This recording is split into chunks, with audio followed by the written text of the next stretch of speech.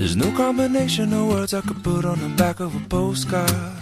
No song that I could sing, but I can try hard. And our dreams, and they are made out of real things, like a shoebox of photographs with sepia tone loving. Boa noite a todos.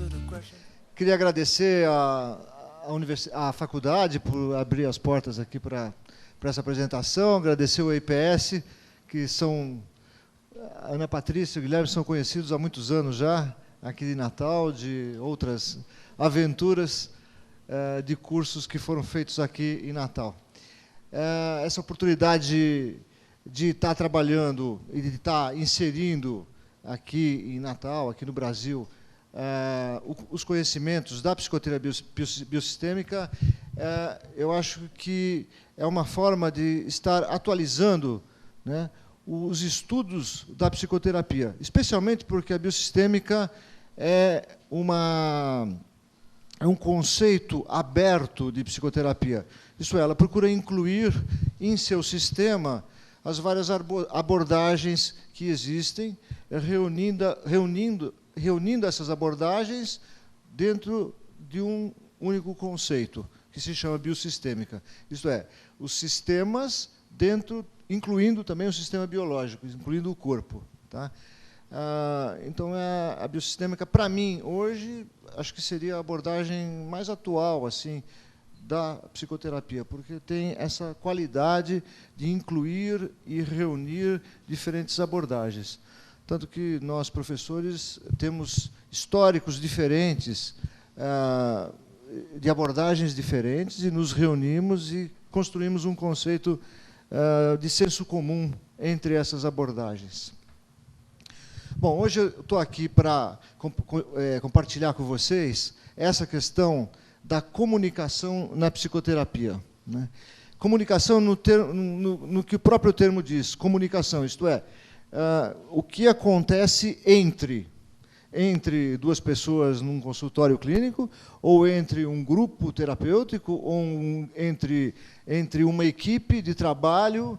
Esse entre, que significa, é onde se estabelece a comunicação. Tá? Então, para começar a falar sobre isso, a primeira coisa importante, por exemplo, é o que já está começando a acontecer entre nós aqui. Vocês, eu, nós. Tá? Então, já começa um espírito entre aqui, que a gente não sabe como é que ele vai rolar, mas já tem alguma coisa acontecendo. E essa coisa está acontecendo em dois níveis, sempre em dois níveis. Isso que faz parte da minha pesquisa. O nível verbal, isto é, as coisas que eu estou falando, né? E o nível não verbal, isso é, tudo aquilo que rola dentro da gente que não tem a ver com a palavra, que são as coisas que nós sentimos em nosso organismo, algumas delas visíveis e muitas delas invisíveis. Tá? Então, muita coisa está rolando aqui no nível invisível, que faz parte do nível sensorial, que nós sentimos, mas não temos consciência. Temos uma percepção disso, mas não temos uma consciência. Um outro nível é um nível daquilo que aparece fisicamente, esteticamente, isso é, nos observando todos esses rostos, né, olhando para mim, eu olhando para vocês. Tá? Essa observação também cria uma comunicação. Quer dizer, eu, de uma certa forma, aqui, olhando num plano geral, ou olhando eventualmente para um ou para outro, eu tenho uma sensação do que está se passando. E também se está agradando ou não está agradando, falando no nível mais simples assim, se as pessoas estão compreendendo ou não compreendendo, a própria expressão do rosto ou do corpo como um todo já está dizendo alguma coisa para mim nesse plano. Tá? E o outro plano é o plano mais conceitual e o plano da palavra, que é, na verdade, aqui, eu que estou falando agora, vocês estão me escutando. Em algum outro momento, mais para frente, vocês poderão se manifestar através da palavra e a gente mantém um diálogo verbal. mas, por enquanto, ainda eu verbalizo, vocês escutam, e elaboram dentro de vocês o que está sendo dito aqui, e depois a gente compartilha a nível verbal. Essa é a ideia. Então, a gente tem aí 3 níveis. Tá? O nível do organismo, aquele invisível, aquele onde o coração está batendo, onde a respiração está entrando, as próprias tensões musculares, as tensões viscerais, isso que vocês estão sentindo, que eu estou sentindo também, tá? Isso faz parte da nossa comunicação. Segundo nível, o nível da aparência, aquilo que aparece, aquilo que é visível, a nível não verbal também, tá? Que também faz parte da nossa comunicação. E o terceiro nível, o nível verbal. Então, sempre quando a gente está com alguém, em qualquer lugar, esses 3 níveis estão aparecendo. Tá? Muitas vezes a gente percebe coisas, sente coisas e ainda não acredita muito nelas. Quando mais para frente, 1 mês depois, 2 meses depois, você fala, ó, bem que eu tinha sentido aquilo na hora, por que eu não falei, por que não aconteceu, por que eu não usei aquilo que eu estava sentindo. Então, esse trabalho é um trabalho que eu desenvolvi durante anos, e a ideia é justamente a gente poder acreditar mais naquilo que a gente sente. Não só naquilo que a gente vê, e não só naquilo que a gente fala, ou não só naquilo que os outros falam, e não só naquilo que os outros mostram pela aparência, mas naquilo que a gente sente entre nós. Tá? Esse sentir, ele traz significados profundos na relação. Porque muitas vezes você está com alguém e você fala, pô, aquele cara tem um jeito estranho, mas eu sinto alguma coisa boa. É agradável. Alguma coisa está rolando, mas o jeito é estranho. Sabe? Então, tem essa comunicação que às vezes garante que uma relação floresça, se desenvolva, só pela sensação e não pela aparência. E muitas vezes é o contrário. A aparência que está, poxa, mas a aparência está me mostrando uma coisa legal, mas a sensação não. Né? E as palavras são palavras, às vezes as palavras são muito confusas. A gente pode ser muito inteligente com as palavras, né? As palavras elas podem ser utilizadas das formas mais variadas, e muitas vezes as palavras perdem o significado, elas ficam perdidas no espaço, perdidas entre nós, sem significado. A palavra sem significado é a palavra que não está conectada nem com a sua sensação, nem com a sua aparência. Ela está simplesmente uma palavra. A palavra é só um atributo e perde a consistência da sua existência a partir do organismo da pessoa. Então, na comunicação terapêutica, nós temos, basicamente, esses 3 níveis de comunicação importantíssimos. Tá? Eu estava conversando outro dia com um colega psicanalista, de muitos anos já, um cara assim, bem mais velho que eu, há muitos mais anos na profissão e tal, ele trabalha com adolescentes.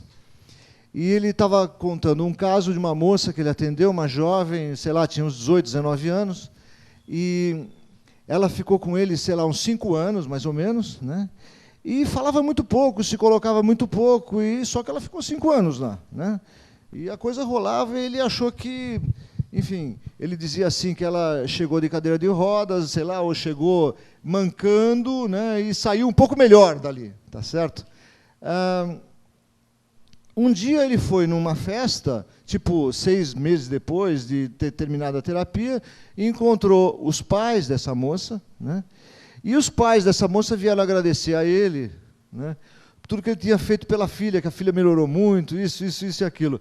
Coisa que ele não percebeu que estava rolando, mas estava rolando durante esse período todo. Quer dizer, existia uma comunicação ali que ele estava acreditando, mas ele não tinha consciência do que estava se passando.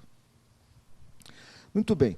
Para entender isso melhor, eu queria mostrar para vocês uma espécie de um gráfico de desenvolvimento feito por um psicólogo inglês chamado Frank Lake, em que ali se pode entender aonde começa esse campo relacional, em que uma pessoa e a outra se relacionam de uma forma que eu, de uma certa forma, entro dentro de você através das suas sensações, do seu olhar, da sua respiração, e o outro entra dentro de mim. Quer dizer, existe um acolhimento na relação. Então, vou mostrar para vocês isso. Primeiro, um plano ontológico, que é um pouco idealizado, isto é, como seria se fosse, se tudo rolasse quase que perfeitamente, tá? Mais para a gente compreender. E depois vamos ver um plano como se tudo não rolasse perfeitamente, quer dizer, o oposto. A ideia é poder ter uma coisa idealizada, uma coisa totalmente desidealizada, e a gente poder circular entre as duas, porque as relações elas caminham com altos e baixos o tempo inteiro, quer dizer, nada é sempre perfeito e nada é sempre imperfeito, tá? Nessa comunicação. Então, avaliando como começa, como é o princípio, por exemplo, no nascimento, o princípio da existência, isso pode ser aplicado metaforicamente no desenrolar da vida adulta. Isso vai se repetir em várias situações no nosso amadurecimento, de formas diferentes, mas com a mesma base de relação na sua essência. Tá? Então, é uma forma de poder observar, né, uma forma simples, uma forma primitiva de relação, isto é, uma relação mãe-bebê, quer dizer, a situação mais primitiva que tem, e, a partir dali, o mundo vai ficando cada vez mais complexo com o crescimento, o desenvolvimento, o amadurecimento do ser humano. Tá certo? Então, eu vou começar mostrando esse primeiro gráfico. Vamos imaginar que isso aqui é um tubo, que eu vou chamar do tubo da vida. Quer dizer, quando a gente nasce, a gente entra num tubo de viver. Você entra no seu túnel da vida, tá certo? Cada um no seu túnel, né? E vários túneis se encontram posteriormente. Mas vamos imaginar, o primeiro nascimento é através de um canal e você entra dentro de um tubo, tá certo? Então, então vamos imaginar que o nascimento se dá justamente aqui. O bebê vem ao mundo, né? Esse primeiro momento aqui do nascimento, o bebê sai de dentro da mãe e vem para fora no mundo, entra no túnel dele. Antes ele estava no túnel da mãe, agora ele entra no túnel próprio dele. Tá? Quando ele entra no túnel dele, a mãe genética passa a estar do lado de fora dele. Essa é a primeira questão que aparece. Durante o relacionamento, a ideia é que o bebê, vindo ao mundo, a mãe do lado de fora, essa relação entre os dois diferentes aqui vai fazer com que o bebê internalize a imagem da mãe dentro dele. Tá? Quer dizer, a mãe passa a fazer parte, nessa etapa, da vida dele. Então, é assim. As relações são assim. Nós nos conhecemos hoje, estamos nos olhando pela primeira vez, tá certo? Você está do lado de fora, e se eventualmente eu viro para lá, você deixou uma marca que fica dentro de mim. Isto é, você está comigo aqui, mesmo que não esteja.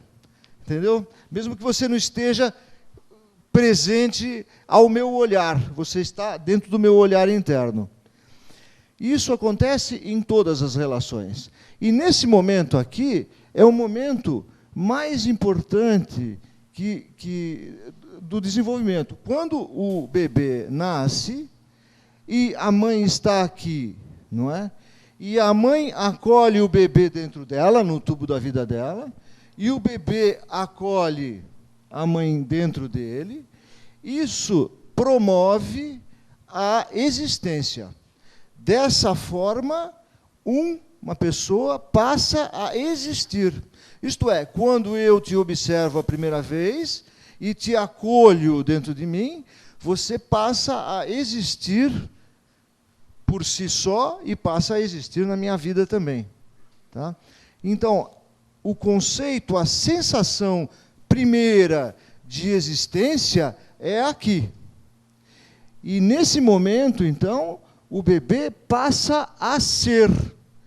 Ele é sendo, né? Vamos usar o gerúndio, porque é a relação, é o movimento. Não é só um ser, mas é sendo dentro da relação.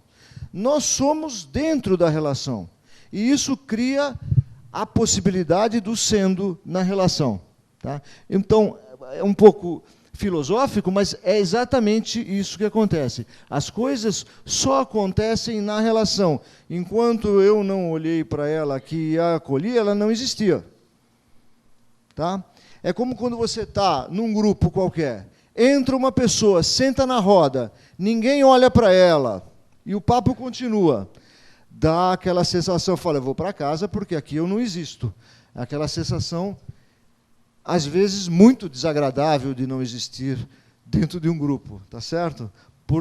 Porque falta o outro para te reconhecer dentro da relação.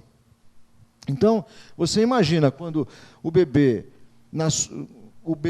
bem primitivo vem ao mundo a primeira vez, e se ele não tem esse acolhimento, vamos ver o que poderá acontecer. Nós adultos ainda suportamos um pouco isso, não muito, porque essas sensações de rejeição, de abandono, de separação, etc., marcam a vida da gente por muitos anos e, enfim, continuam marcando. Tá? Muito bem. Aqui é possível existir a vida, se há essa aceitação e se há esse acolhimento. Esse é o primeiro momento. Tá? Depois, digamos, começa a complicar. Os primeiros 2, 3 meses, maravilha, tudo novo, estamos curtindo. Tá? Depois, entra numa fase em que a curtição continua, mas a curtição passa a dar trabalho. Isto é, a mãe tem que trabalhar. Quer dizer, ela trabalha para cuidar do filho. Tá certo? E o filho, sem saber, trabalha para poder estar com a mãe, para aprender a estar com a mãe. A mãe para aprender a estar com o filho para aprender a estar com a mãe. Tá certo? E essa fase aqui é a segunda fase do desenvolvimento, que a gente chama de fase de sustentação. Quer dizer, você apoia, suporta a relação, porque ela dá trabalho. Então, você tem que trabalhar a relação para poder manter a existência, manter o sendo. E se você passa por essa fase aqui, você cria um bem-estar, um bem-ser, um bem-sendo no mundo. Uma relação amorosa passa por aí também, certo? A gente se conhece, se apaixona, vive aquele primeiro momento de existência, ela é tudo para mim, eu sou tudo para ela, tá? É a completude absoluta, paixão e tal, não sei o quê, não é? Dura 2, 3, 4, 5 meses, 6 anos, não sei, dura um tempo, tá certo? Mas chega um momento que a relação ela precisa ser mantida nesse bem-estar. Aí a relação precisa ser, além de apaixonada, ela precisa ser também uma relação inteligente, para que ela possa manter o bem-estar. A gente precisa ser inteligente para manter a relação numa boa durante anos, se é isso que está de fato acontecendo. Então, é exatamente a mesma coisa do princípio que se repete no futuro. Isso não vale só para uma relação amorosa, isso vale para uma relação de trabalho, vale para um projeto de vida, vale para a faculdade que você faz, que você tem que... Você faz o exame, entra na faculdade, por máximo, não sei o quê, chega no segundo ano e fala, puta, tem que ir para a faculdade. Então, aí você tem que manter esse período, né, de relação o melhor possível com a faculdade para poder atingir os seus projetos. E, por isso, você tem que passar por várias situações que vão acarretar num amadurecimento de si mesmo nessa relação com a faculdade, por exemplo. Tá? Muito bem. Uma vez passando por essa segunda parte aqui, você conquistando isso, tá? Você adquire aquilo que ele chama de status.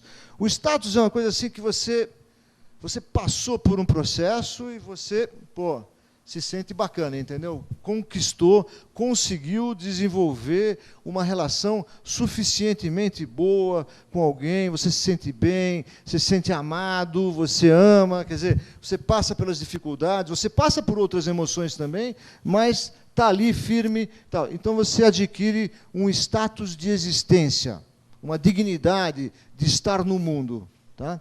Isso vale também para todos os outros exemplos, seja numa relação amorosa, seja no emprego, seja onde for. Tá? Isso aqui cria uma motivação. Quando você tem essa conquista, isso cria uma motivação.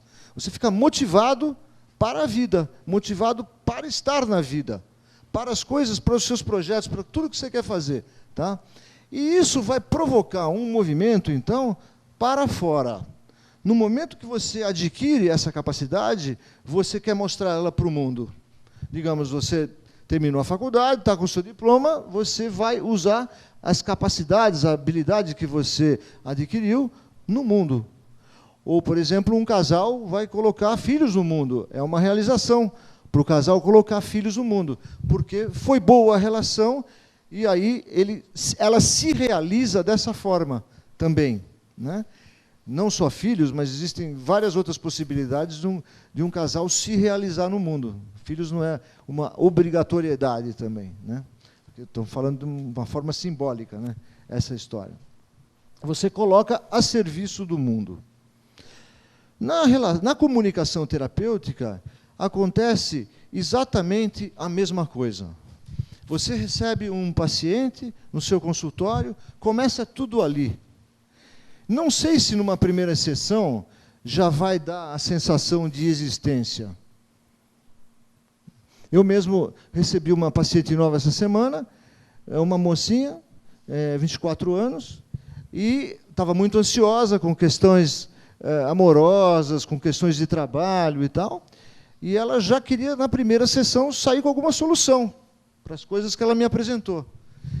E aí, como é que você vai explicar que numa primeira sessão isso é impossível, né? Então, que é um processo, que as coisas têm que ir caminhando e tal, que por enquanto não tinha nada ali para pegar. Tinha um grãozinho, uma semente, um desejo de se descobrir, uma primeira possibilidade. Tá?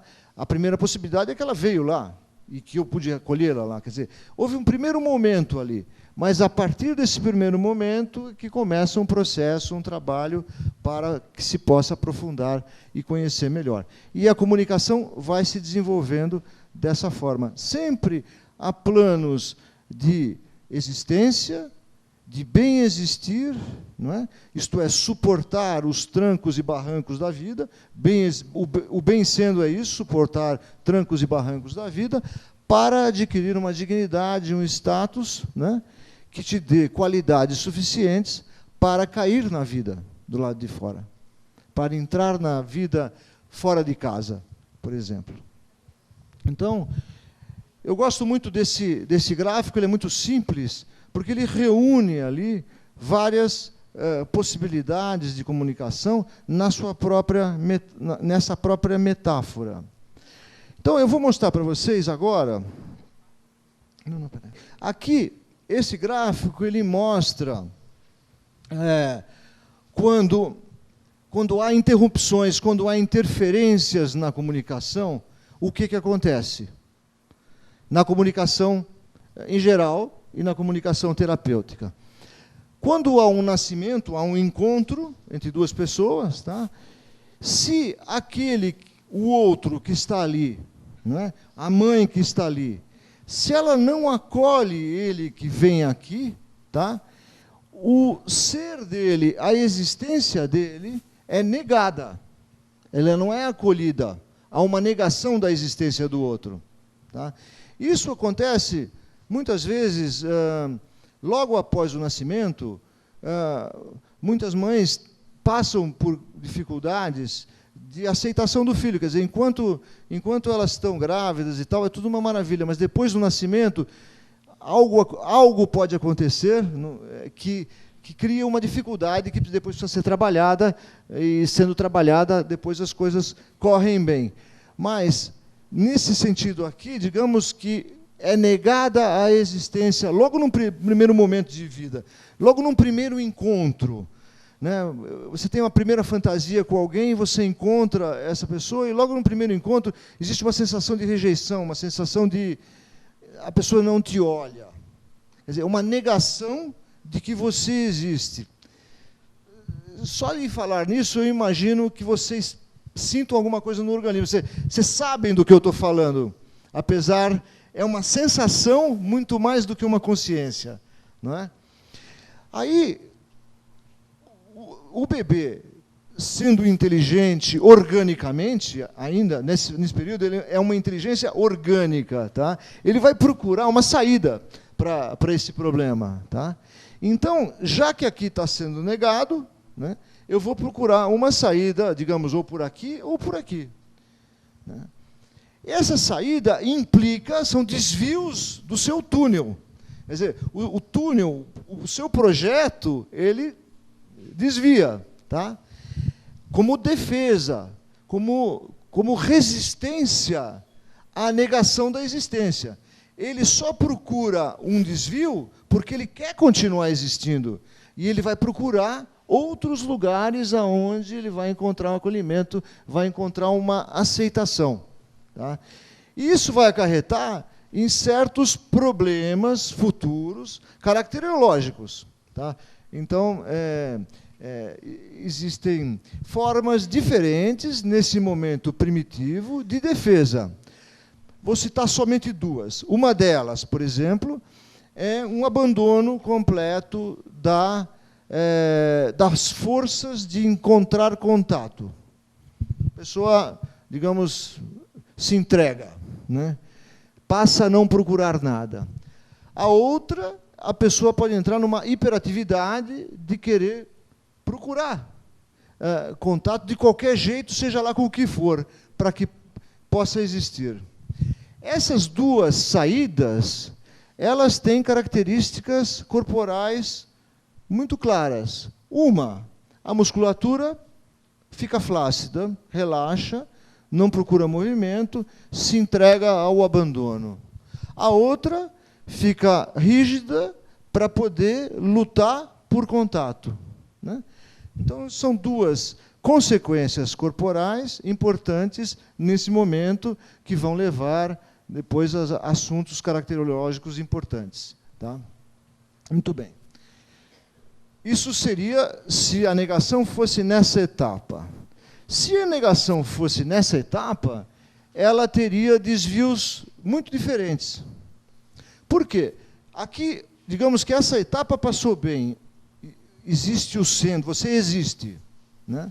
Mas a manutenção da existência passa a ser muito complicada. Tá? E é na manutenção da existência que a gente encontra o bem-estar, que a gente encontra qualidade de vida. É nessa manutenção. Porque aqui é absolutamente sensorial, depende só do amor, não depende ainda do trabalho. Aqui passa a depender do trabalho. Tá? Então, quando você entra ali, o grande medo ali de perder, de perda, não é mais da existência, mas é do bem-estar da existência. Você passa a ter medo de perder o bem-estar da sua própria existência, o que a existência traz ao seu organismo. Então, você vai procurar outras saídas para a manutenção do seu bem-estar. Tá? Mas esse medo vai exercer um certo controle sobre a sua vida. Isto é, você vai poder, provavelmente, desenvolver um constante medo de sempre estar perdendo o seu bem-estar. Né? Então, você vai estar sempre procurando ele e não vai estar, de fato, aproveitando ele. As consequências caracterológicas serão outras daquela primeira etapa. Tudo isso vai dificultar muito, então, no futuro, essa nossa sensação de dignidade, de status e de se realizar no mundo. Não que não vá haver realização, vai haver, mas com dificuldades e com desvios da nossa melhor potência, do melhor de nós mesmos no mundo. Tá? Então, aqui se fala da perda do ser e da perda do bem-ser no mundo. Tá? Mesma coisa acontece no espaço psicoterapêutico, na comunicação psicoterapêutica. Isso é, quem faz terapia aqui sabe quando o seu terapeuta não está te entendendo, pode ser um problema grave. Quer dizer, você sente aquilo como muito grave, porque o seu terapeuta precisa te entender o tempo inteiro. Tá certo? Se ele não te entender, ele vai estar mostrando uma incapacidade muito grave. Tá? Então isso passa a existir na relação como um objeto de trabalho para recuperar a boa comunicação. Vai acarretar em pesquisar a sua história para ver aonde isso aconteceu. Aí que entram as questões transferência, contra-transferência, ressonância, que vocês, imagino, já devam ter algum contato com isso. Tá? Então, nesses dois gráficos, eles mostram, né, duas possibilidades